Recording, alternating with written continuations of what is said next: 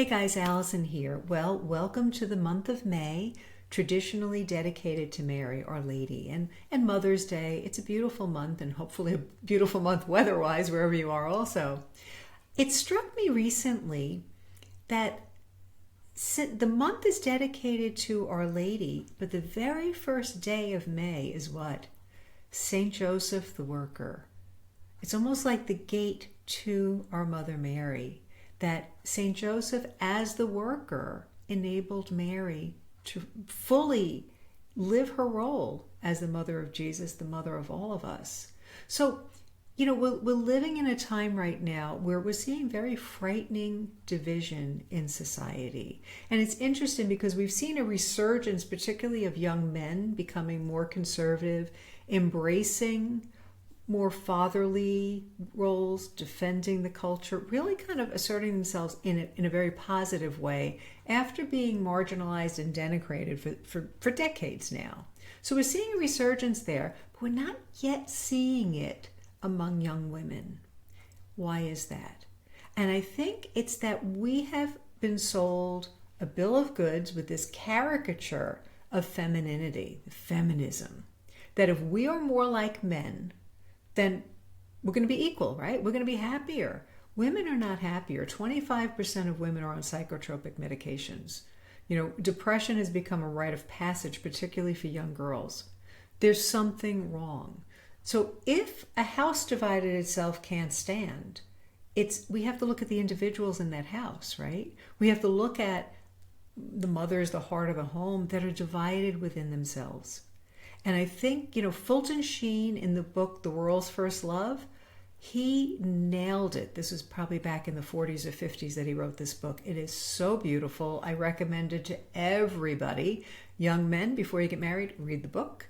Young women, read the book. Because we have such a power and freedom in embracing our femininity. And I think so many people look at it as weakness, or we see it almost like a cartoonish aspect of femininity, like the flirtatious kind of bimbo, right?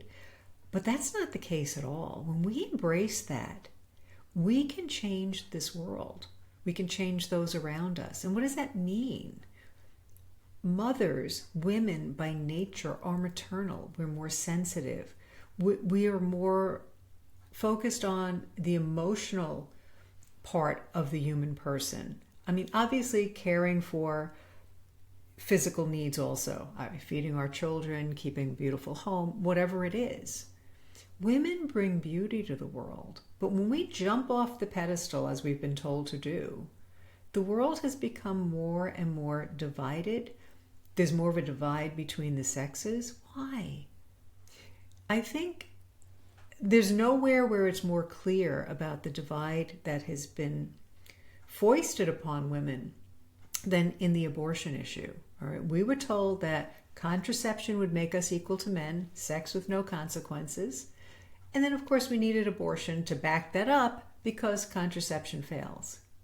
And when a woman is put in that position, whether as a young girl, maybe in her 20s or 30s, there's a divide that happens within.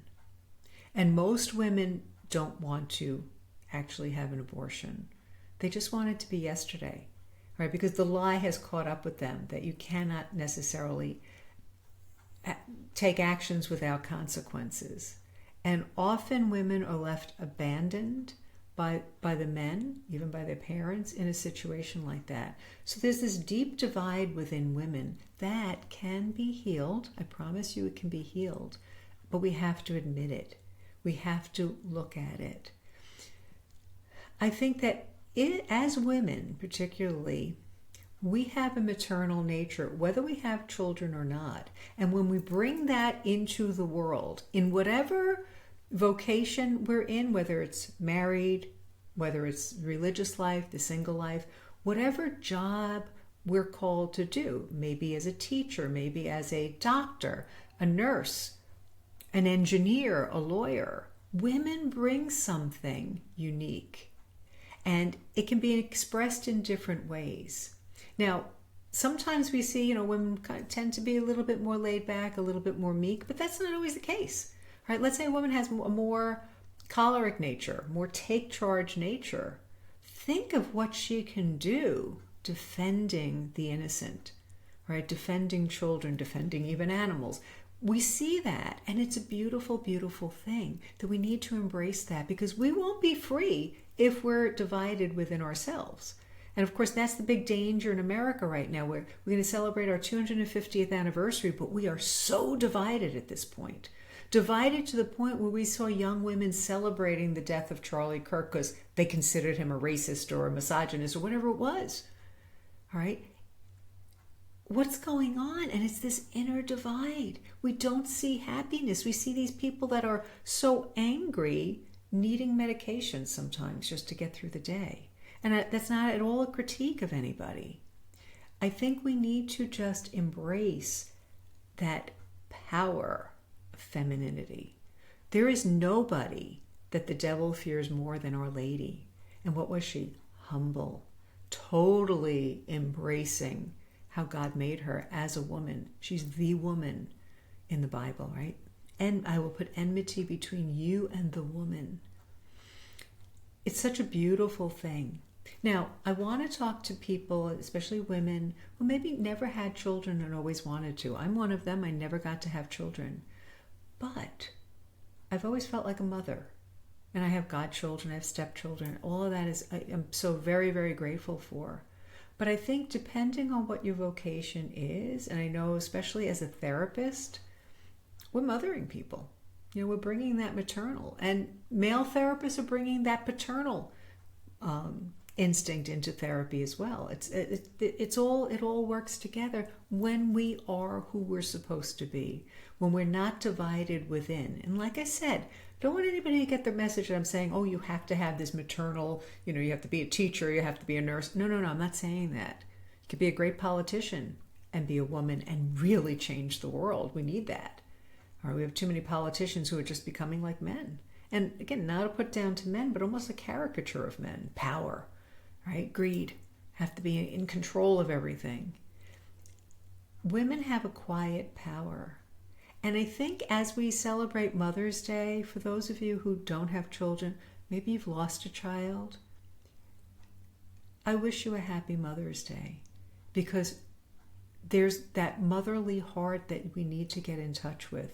One of my friends, another therapist, she never married, and obviously never had children. We always call each other and wish each other a happy Mother's Day, because we know what this work has pulled out of us, what is required of us in terms of that feminine. And like I said, there's power in that. There's so much freedom. We don't have to be somebody we're not made to be, right? And I think as we focus on freedom, as we celebrate 250 years of freedom in our country, we need to embrace that freedom and see, all right, where am I not free in my life? If I've bought into lies and I'm trying to be something I'm not, and I'm interiorly divided, I need to start embracing it. And that's why, again, The World's First Love by Fulton Sheen, it is so beautiful about what a woman is really called to be in the world. Again, not the stereotypes, folks, but women. I mean, think about Mother Angelica, who started EWTN at age 58. She's very motherly. Mother Angelica, right? But she was one tough lady, right? She needed to be to accomplish what she did. And yet we see her as Mother Angelica. So ladies, embrace this. Let's really start to change things by being present to others as women, getting in touch with that nurturing maternal nature that is so, so, so needed in this world right now. And especially to those who seem like our enemies, those strident voices that are so angry, they're hurting. Most of them are hurting. Can we love them?